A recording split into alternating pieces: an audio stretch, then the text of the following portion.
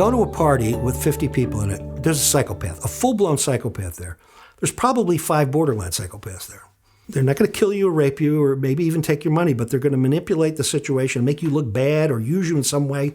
Something bad's going to happen. And if you sense that, people have a sense that something is wrong with somebody, you walk away.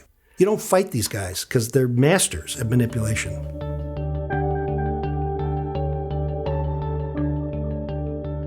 A psychopath in its simplest form is an intraspecies predator, a human that is a predator on other humans.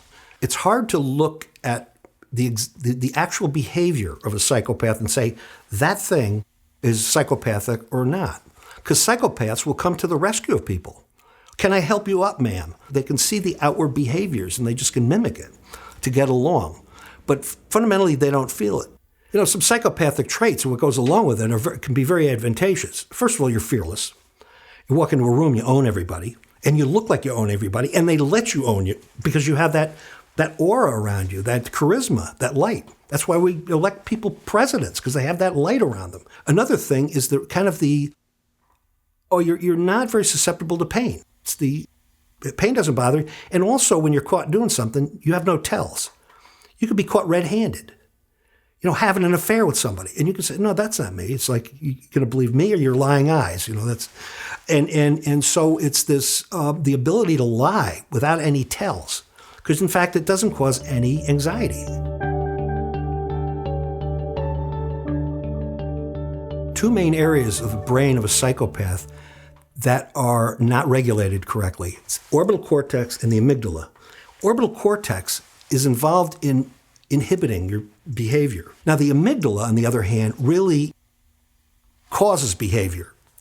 And normally they're in balance. They inhibit each other. Now, in a psychopath, they're both turned off, so they don't inhibit each other and they don't regulate it. So the normal balance of animal drives and your social interactions, your morality, are not right. That's never right. I mean, there's a time for aggression. There's a time for killing even. There's a time for sex. And part of it is how the rest of the brain is able to tell your orbital cortex the social context is correct now. Psychopaths don't have that. They're doing things completely out of context, out of social context, and that's the problem.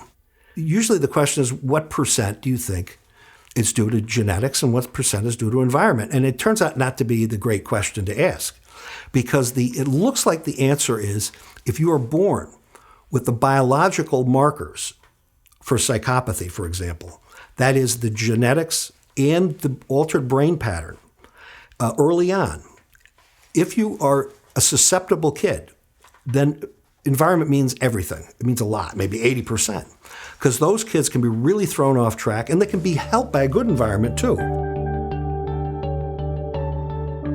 Back in the early 90s, some of my colleagues were studying these killers, real bad guys, some serial killers, nasty guys, and they asked me to come in to look at the brains. So I put myself and some other people in as normals. And I got to the last scan, and I looked at it, and it was like completely pathological. And I told the technician, I said, you got this mixed up. This is obviously, a psychopath or one of the killers. We just mixed the pile up. Go check it. And he went and he checked the machine and everything. He came back. He goes, no, it's one of these controls.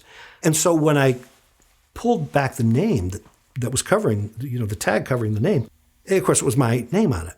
And I had a good laugh about that, We were so busy, I kind of blew it off, which seems incredible. Most people go, well, you got to be kidding. But I said, I know who I am. I'm not a psychopath. There's something wrong with the data, or something's wrong.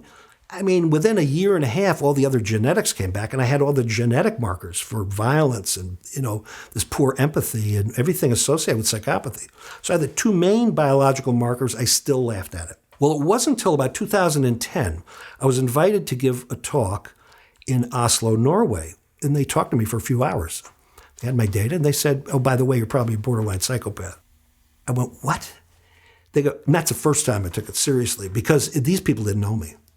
They were just going from the scientific data and from interviewing me. And that was when I flew back, that's when everything changed. So I asked my wife, I said, don't tell me anything now. I'm not going to be mad. And I did that to my close friends and family. They all said the same thing. It's an extreme narcissist. You have the extreme, you're very aggressive and on and on. You're cold. I'm very fortunate. I grew up in a wonderful family. And those genes were never really triggered in a bad direction. even though I have those traits, they didn't go far south because I should be a really bad guy.